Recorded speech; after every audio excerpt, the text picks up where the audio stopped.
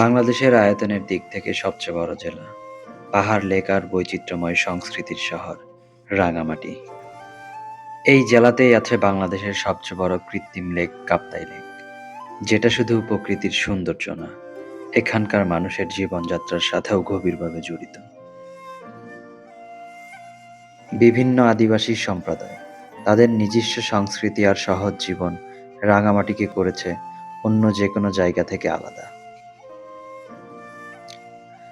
আজকের ব্লগে আমি আপনাদের সাথে ঘুরে দেখাবো এই রাঙামাটির কিছু অসাধারণ জায়গা, নির্বাণনগর বৌদ্ধ মন্দির, আদিবাসী গ্রাম ও তাদের জীবনযাত্রা, সুবলং ঝর্ণা এবং রাঙামাটির আইকনিক ঝুলন্ত ব্রিজ। আর সাথে শেয়ার করব কিছু ভ্রমণ গাইডলাইন যেটা আপনাকে উপকৃত করতে পারে। চলুন প্রকৃতির কোলে হারিয়ে যাই। শুরু হোক আজকের রাঙামাটি ভ্রমণ। আমার আজকের যাত্রাটি শুরু করতে যাচ্ছি ঢাকা সায়দাবাদ বাস কাউন্টার থেকে। আমার ঢাকা থেকে রাঙামাটির ভাড়া পড়েছিল ৮৪০ টাকা। ঢাকা থেকে রাঙামাটি যেতে আনুমানিক সময় লাগবে ৭ থেকে ৮ ঘন্টার মতো। আপনারা চাইলে ঢাকার যে কোনো বাস কাউন্টার থেকেই টিকিট কালেক্ট করে বাসে চড়তে পারেন।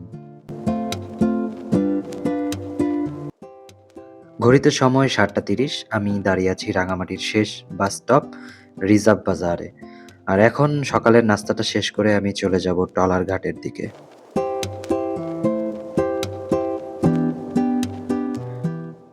বাসস্ট্যান্ড থেকে সকালের নাস্তা করে একটা সিএনজি করে চলে আসলাম লঞ্চ ঘাটে। ভাড়া পড়েছে ২০ টাকা। অবশ্যই লোকালি আসবেন। আপনি চাইলে হেঁটেও আসতে পারেন। হেঁটে আসলে ১০ মিনিটের মতো সময় লাগবে। এইমাত্র আমি লঞ্চঘাট, যেটা লঞ্চঘাট থেকে একটা ট্রলার নিয়ে নিই। আর লঞ্চঘাটে অবশ্যই দামাদামি করে আপনারা ট্রলার নির্বাচন করবেন, কারণ প্রচুর পরিমাণ দাম চায়। দামাদামি করে আপনাকে কমাতে হবে। আমি ২ তলা একটা ট্রলার নিই, আর এটার ভাড়া পড়েছে ২৩০ টাকা। আপনারা চাইলে ৭ থেকে ৮ জনের মতো এটা ভ্রমণ করতে পারেন। আর মোটামুটি আজকে প্রায় সারাদিনে ঘুরবো ৭ থেকে ৮টা স্পট, আর দেখাবো আপনাদের।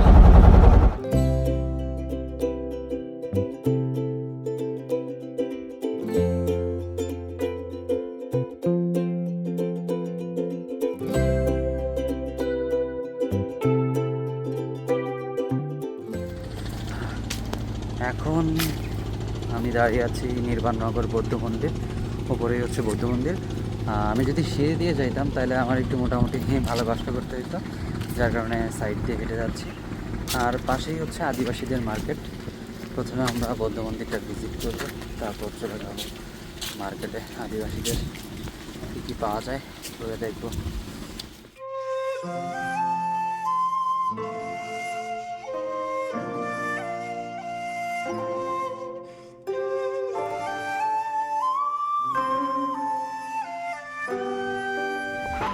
এই সেই বৌদ্ধ মন্দির। এটা হচ্ছে বৌদ্ধর মূর্তি। তবে এখান থেকে দাঁড়িয়ে আপনি সুন্দর একটা ভিউ পাবেন লেকের। এখনই দেখাচ্ছি আমি। এটা হচ্ছে এই হচ্ছে লেকের ভিউ, খুবই অসাধারণ। এখান থেকে খুব সুন্দর লাগবে লেকটা। এখান থেকে আপনারা চাইলে ছবিও তুলতে পারেন। খুব সুন্দর একটা মূর্তি। এইটাই সেই হচ্ছে বৌদ্ধ মন্দির।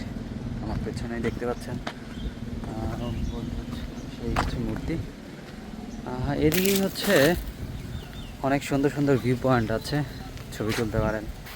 যেমন আমার পেছনের সাইডটা অনেক সুন্দর, মানে উপর থেকে এত সুন্দর লাগবে। ওই একটা হাউস বোটের মতো যাচ্ছে, মানে এত সুন্দর দৃশ্য। আসলে এটা ক্যামেরাতে বোঝানো সম্ভব না। এই জিনিসগুলো আসলে নিজের চোখে দেখতে হবে অথবা দেখতে হয়, তাহলে আসলে রিয়েল যে বিষয়টা এটা ফিল করতে পারবেন।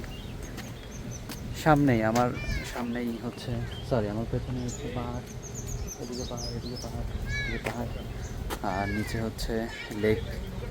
খুব অসম্ভব একটা অনুভূতি এখানে দাঁড়িয়ে। এখানে উঠতে ভালোই কষ্ট হয়েছে, কিন্তু যখন আসলে এখানে দাঁড়িয়ে এই জিনিসগুলো দেখতেছি, পাহাড়ের ঠান্ডা বাতাস গায়ে লাগতেছে, তখন আসলে এই কষ্টটা কষ্ট মনে হচ্ছে না। তখন আনন্দ বেড়ে যাচ্ছে, দেখার আগ্রহ আরও বেড়ে যাচ্ছে। আসলে পাহাড়ের ব্যাপারে আসলে আমার কোনো অভিযোগ নেই। পাহাড় আসলে এমন একটা জায়গা, শত কষ্টের পরেও যখন আপনি চূড়ান্ত চূড়ায় উঠবেন, তখন দেখবেন কি সমস্ত কিছু পানি হয়ে গেছে, কারণ যেই পরিমাণ সুন্দর ভিউ থাকে ওগুলোর কাছে আপনার কষ্ট কিছুই মনে হবে না। খুব সুন্দর, অবশ্যই আসবেন। এই জায়গাটা সত্যিই অনেক শান্ত। মনটা অটোমেটিকলি ক্ল্যাম হয়ে যায়।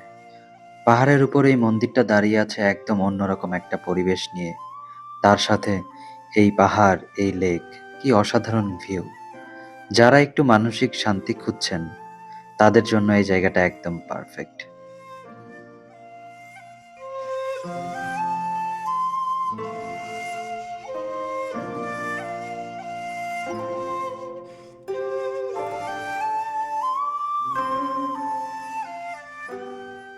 এইমাত্র নির্বাণনগর বৌদ্ধ মন্দির ঘুরে আসলাম, আর এখন চলে যাচ্ছি আদিবাসী গ্রামে। ওদের জীবনযাত্রাটা আসলে কেমন ওইটাই দেখার জন্য মূলত।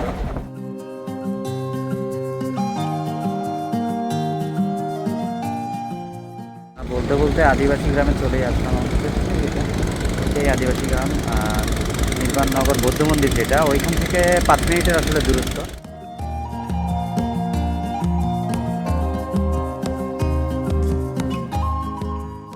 আমি এখন দাঁড়িয়ে আছি আদিবাসী গ্রামে। এখানকার মানুষের জীবনযাপন একদম সিম্পল, কিন্তু খুব সুন্দর। তারা প্রকৃতির সাথে মিশে থাকে, নিজেদের সংস্কৃতি আর ঐতিহ্য এখনো ধরে রেখেছে। এখানকার হাসি, ব্যবহার সবকিছুই অনেক আপন মনে হয়। কি সুন্দর, তাই না? পাহাড়ের সৌন্দর্য আর লেকের অসাধারণ ভিউ দেখতে দেখতে চলে যাব সুবলং ঝর্ণার দিকে।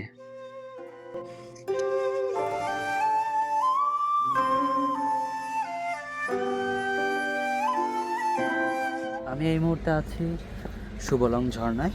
এটা হচ্ছে ছোট ঝর্ণা, ঝর্ণা আরেকটা আছে। আর এইখানে ঢুকতে আমার থেকে টিকিট নিয়েছে 20 টাকা, 20 টাকা করে টিকিট। তবে এই জায়গার একটা সুন্দর বিষয় দেখলাম, আশেপাশে ফুল গাছ লাগানো, তবে ফুল ছেঁড়া নিষেধ। আর জায়গাটা খুব সাজানো গোছানো, মানে অনেকটা পার্কের মতো। মূলত এইসব জায়গা বিকেলে ঘুরতে আসলে বিকেলে ঘোরার জন্য উপযুক্ত। এখানকার প্রত্যেকটা জায়গায় আসলে বিকেলে ঘোরার জন্য উপযুক্ত।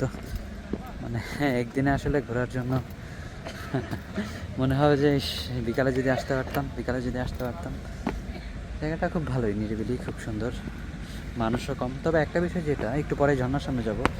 ঝর্ণার সামনে হচ্ছে ঝর্ণায় পানি নেই, আর পানি না থাকাটাই স্বাভাবিক। উপর পর্যন্ত উঠে যায়, ওই উপর পর্যন্ত উঠে যায়। আমি একটু পরেই যাব, দেখাবো। আর আমার পেছনে হচ্ছে, এখান থেকে চাইলে আপনারা বসে লেক ভিউটাও দেখতে পারেন। খুব সুন্দর আমার পেছনে লেক, পানি আর পানি, রোদে চিকচিক চিকচিক করতেছে, আর চারপাশে পাহাড়।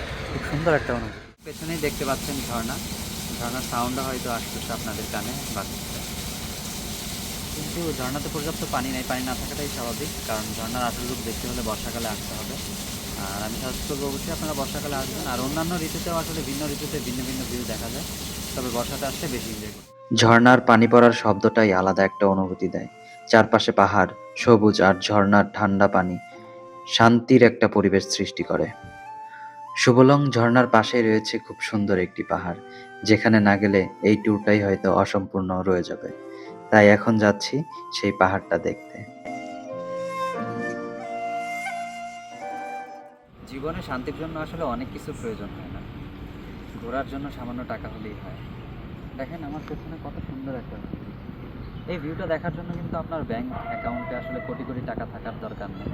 যেটা থাকা দরকার সেটা হচ্ছে ঘোরার জন্য একটা মন। দেখেন আল্লাহর সৃষ্টি যে আসলে কত সুন্দর, সেটা আসলে বলে বোঝানো সম্ভব না।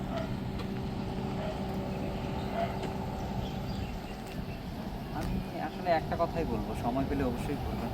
সময় গেলে একটা সময় আপনার কাছে অনেক কিছুই হবে, কিন্তু তখন আসলে এই ঘোরার জন্য এই মনটা থাকবে না, এই সাহসটা থাকবে না, এই এনার্জিটা থাকবে না। এই জায়গাটায় আমরা আসলাম অনেকক্ষণ হলো, বসে আছি। জায়গাটা খুব আসলে এত সুন্দর, মানে এত শান্তশিষ্ট, এত আসলে মানে কি বলবো, মানে মানুষও কম। এদিকে পাখির ডাক, এদিকে বাতাসের সাউন্ড, গাছের পাতার সাউন্ড, আমার নিচে হচ্ছে একটা লেক, নৌকার সাউন্ড, তার চারপাশে হচ্ছে পাহাড়।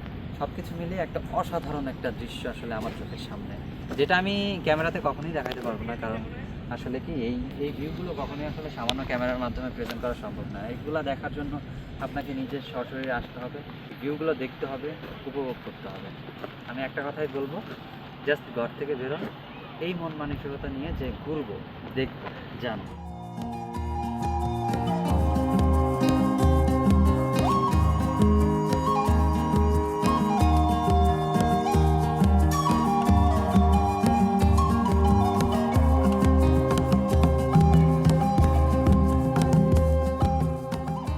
এখন ইয়ারিং রেস্টুরেন্টে খাবার খেতে আসছি। মাঝখানে একটা গেছিলাম, ওইখানে হচ্ছে এত পরিমাণ রাশ ছিল যে বসার পর্যন্ত জায়গা ছিল না। তবে এটার পরিবেশ এনভায়রনমেন্টটা অনেক সুন্দর আশেপাশের।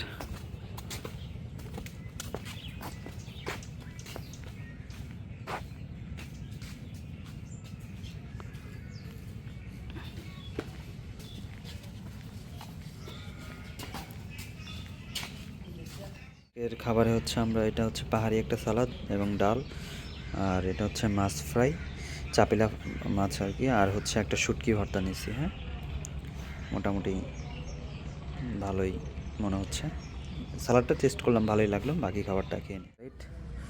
আর এটা হচ্ছে চাপিলা মাছ ভাজি, আর এটা হচ্ছে ওদের পাহাড়ি ভর্তা, সরি সালাদ, আর এটা হচ্ছে গরম ডাল।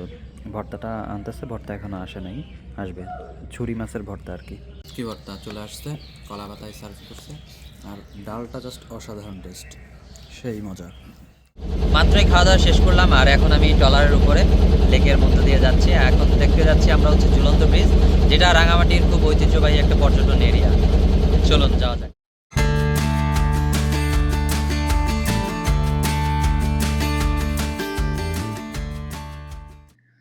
এখন আমি দাঁড়িয়ে আছি ঝুলন্ত ব্রিজের সামনে, রাঙামাটির সবচেয়ে আইকনিক জায়গা। এই ব্রিজের উপর দাঁড়িয়ে চারপাশে তাকালে মনে হয় অন্য কোনো দেশে চলে এসেছি। হালকা বাতাস, নিচের লেকের পানি, ভাই ফিলিংসটা সত্যি ভাষায় বোঝানো যাবে না। তবে দুঃখের বিষয় একটা, এখানে এসে আমাকে ট্রলার পার্কিং এর জন্য ভাড়া দিতে হয়েছে, যেটা বাকি একটা জায়গাতেও লাগেনি।